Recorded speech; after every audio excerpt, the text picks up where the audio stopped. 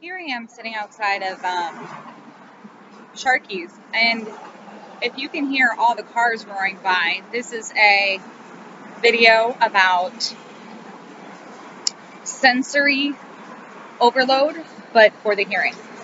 I did one on textures, and this video is about hearing.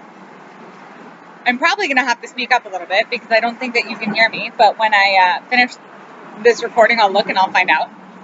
I'm waiting here for my husband to come pick me up because I missed my bus, but that's okay. It's not a big deal. I could have taken the next one, but it's easier for him to just come get me because at that point, we're missing it. But you can hear the cars roaring by because that is extremely loud, I would imagine. But I don't know if you can hear the music or any of the other little bits, bobs, and sounds that are all going on around me. Sensory overload in the hearing department, for me, means that I can hear everything. I mean, I can hear when someone walks in front of our door. I can hear when, based on the sound of the food that's falling into the Instapot, I can tell my husband that he's probably making rice or he's probably making pasta.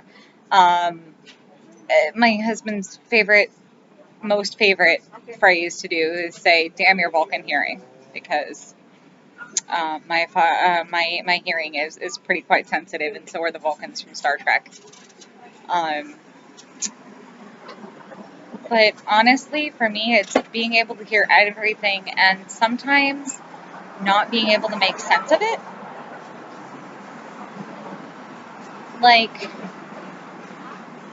over all the music, and now there's a siren, and there's cars going by, and there's someone talking on the phone, and there's a door opening behind me, and it's a lot of sensory just in the ears. And to imagine that now, I'm also looking and I'm seeing all this stuff as well. I'm seeing, the trees waving and people walking by and people I don't know walking by, which is a little weird for me, but, you do what you got to do. So many different things. And so for me, it means I pretty much have a superpower of hearing. I can tell when my husband's anxious just by the inflection of his voice, which is not always true of everyone. And he has very, very, very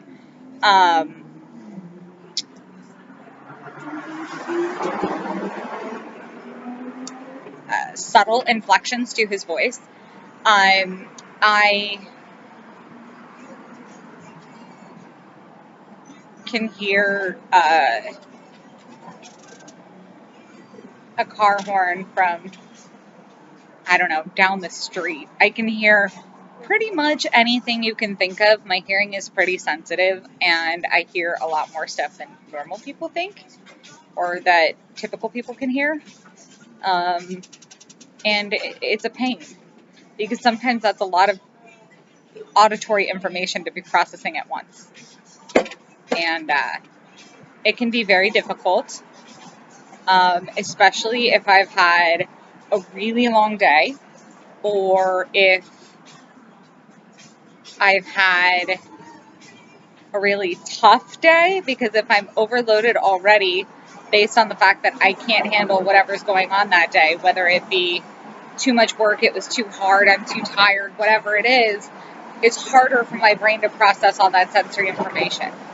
So all these cars roaring by, I can handle it today because I'm not that tired and I've had a pretty decent day.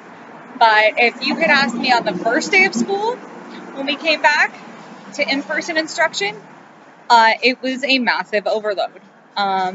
The sound of the cars and the smell of the garlic from the restaurant 6 doors down, and the smell of the microabrasions of the asphalt, and the sensory of the pollen flying into my eyes, it was all a big disaster, and it was really difficult for me to process all the information, and then I had to ride the bus and go home. So by the time I got home, I was pretty much in a sensory overload coma on the bed. I pretty much just laid down and I was like, I need a kitty. I need one of my kitties so that I can hug her and hold her and pet her, and then the world will be a better place. And I did snuggle with the kitty for about an hour, and then, no, more like half an hour. And at that point, life was better. Um, I will say that one of the greatest sensory things that I've dealt with texture-wise and touch-wise is cat fur. Uh, Whenever I am frustrated or whenever I'm sad or upset or anything, one of my favorite things to do is pet the kitties. Especially 7 of 9, who is a big, furry, floofy tabby cat. Super loving, super sweet. And then we have Molly, who's a little bit more rambunctious, but she's still very soft to pet and very sweet, although she bites you sometimes. But I guess the point is, like, so maybe everyone can hear the cars, because obviously there's lots of cars going on, but there's like a radio and conversations, and sometimes conversations even down the block. Like if it's not windy, I can hear them pretty well. So it's a lot of sensory information to process all at once. And so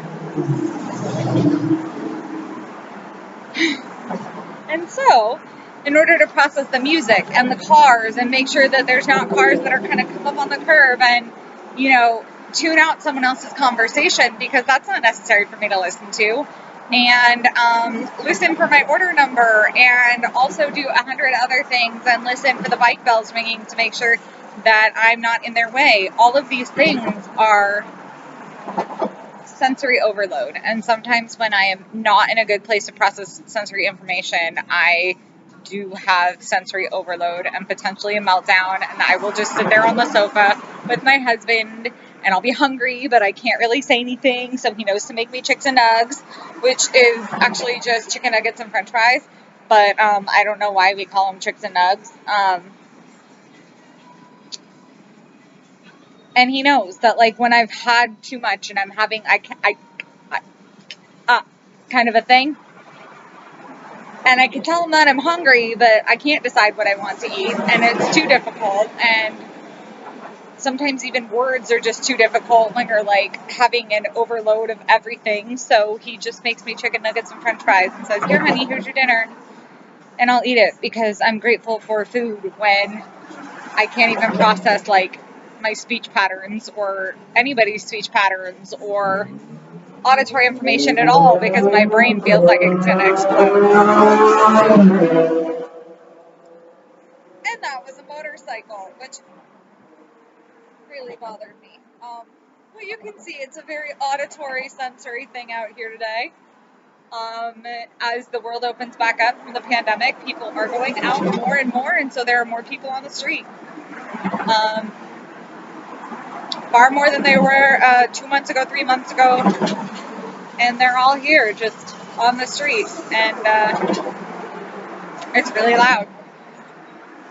It's really loud, but most of the time I can process it okay as long as I'm not having a real rough day. Anyway, I'm going to make another video about smell and sight and taste and even touch, because I talked about texture, but sometimes it's not just texture. But I will see you guys soon.